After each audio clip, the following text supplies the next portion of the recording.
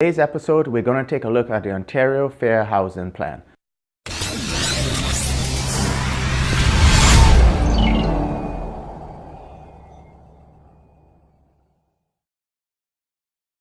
My name is Brandt Morris, Real Estate Sales Representative. Recently, the Ontario government introduced a 16-point plan aimed at making housing more affordable for the residents of Ontario. That includes both buyers and renters. On today's episode, what we're going to do is take a look at two of the major speaking points of the 16-point plan and how it will affect you in today's real estate market. Usually when I hear the government getting involved in anything, saying that they're going to fix a problem, my first reaction is, damn! What we're going to look at is the 15% foreign buyers tax implemented here in Ontario. Just like British Columbia, we've implemented a tax aimed at foreign buyers. Why? Many feel that foreign buyers have been responsible for the upward increase in home prices here in Ontario, specifically the Toronto market. The question remains, however, how many foreign buyers are there actually in the market here in Ontario and specifically Toronto? As a realtor, I can say that they are foreign buyers. I'm not going to deny that, but I really don't think there are that many foreign buyers affecting the market as many of us may seem to think.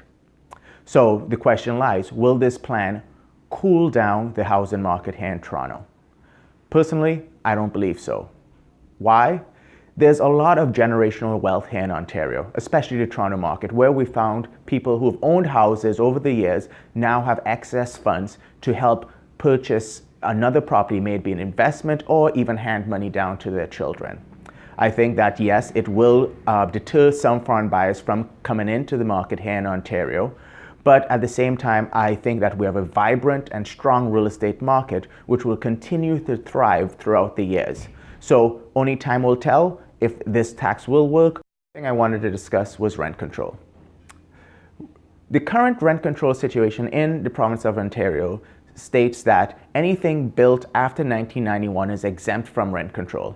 The new changes due to the plan changes all of that. Now everything falls under rent control.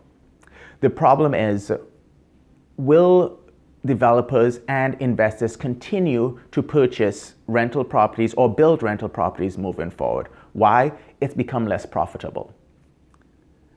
Taking a look at studies, and myself being a landlord, I can look at what I've charged for rent and decide at the end of the year, hey, I need to make extra money because my maintenance fees have increased, my hydro has gone up, as we all know, and my property taxes have increased. And I can tell you, last year alone, it was way more than the prescribed rent control rate of 1.5%.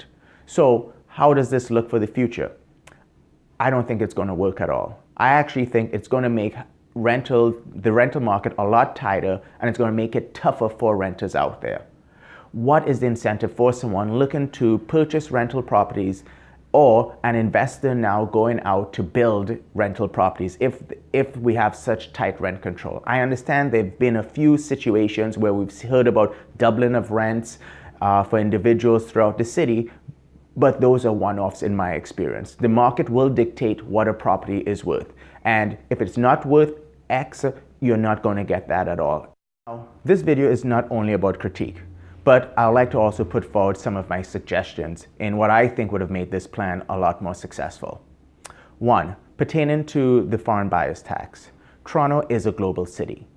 We are always going to attract people from other countries that want to live in our great city to enjoy the culture, the arts, and just a fantastic city overall.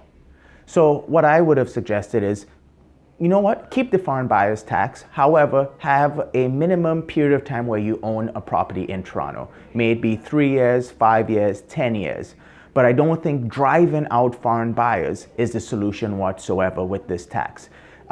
It's a great way to bring income in to the city. It's a great way to keep taxes up, and also it brings a lot more investors once they're in the city and they actually start living and enjoying the quality of life that we all enjoy here in the province, in the city of Toronto. The second thing pertaining to the rent control. The way it's been currently set up is like this. It's all for the tenants. Where are the incentives for landlords? Where are the incentives for developers? Without landlords and developers, I can tell you this, there's going to be no rental properties available for someone to rent. Therefore, why not set up incentives for landlords and developers? Namely, one, treat the rental income differently. Instead of having it at 100% of your income, maybe change it to 33 and a third percent of your income, just like we do with dividends for Canadian stocks. For developers, why not cut out some of the red tape? There was no mention of that whatsoever. Let's get rid of some of these barriers that prevent developers from putting up a lot of projects throughout our great city. The other thing that I would have suggested also is to change some of the current zoning laws. There are many parts of Toronto right now where if you wanted to actually build a triplex or fourplex and turn that into rental units, you can't do it. It's only zoned for single family. There are houses that are 4,000, 5,000 square feet in this, 4,000, 5,000 square feet in the city that cannot be broken up at all into single units if someone wanted to develop it into that. Why? Because it's zoned only for single family use. So those are just some of my suggestions. Please feel free to write, send me an email, or like the video. And again, my name is Brandt Morris, real estate representative with Bosley Real Estate. Have a great day.